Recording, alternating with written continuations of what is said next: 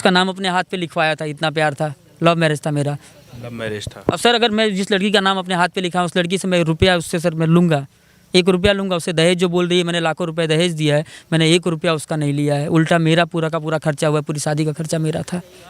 क्या कुछ कहेंगे जो लोग वीडियो देख रहे हैं आपको, जो लोग आगे आने वाले समय में लव मैरिज शादी कर रहे हैं, लड़कियों से बातचीत करते हैं, उन लोग को क्या कहेंगे? सबसे पहले तो सर मतलब जी इन सब चीज़ों से इन 3-4 सालों में जो भी मैं केस लड़ रहा हूँ, इनमें से सबसे चीज़ एक ही चीज़ देख रहा हूँ, भाई कोई लव मैरिज करे या अरेंज मैरिज करे, सबसे पहले ऑन पेपर लड़की के पिताजी से, लड़की की माँ से और लड़की से, तीनों जन को बिठा ले और वहीं ऑन पेपर राइटिंग में ले ले कि भाई कल को हमारे भी वाद विवाद सर किसी के भी बीच में हो सकता है, ऐसा नहीं 2 साल 5 साल बाद कभी भी हो सकता है, लेकिन जो अपने यहाँ का कानून है, जो फ्रीडम मिला हुआ है लड़कियों को, उसका जो गलत इस्तेमाल करती हैं,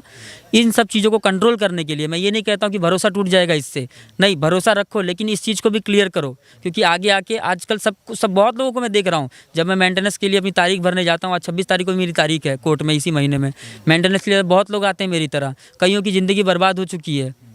कईयों की ज़िंदगी बर्बाद हो गई है, मेरा तो 3 साल हुआ, 3 साल से हम अलग अलग रह रहे हैं। तो भाई सबसे पहले यही करो, ऑन पेपर राइटिंग में लिखवा लो कि अगर हमारा कल को चल के वाद विवाद होता है या तुम्हारे यहाँ से जो भी राजी खुशी से पैसे आए हैं वो सारा का पैसा है, मतलब तुमने जो लाया, तुमने अपनी मर्ज़ी से लाया, हमने कोई दहेज नहीं लिया है, अपनी सेफ्टी पहले देखो।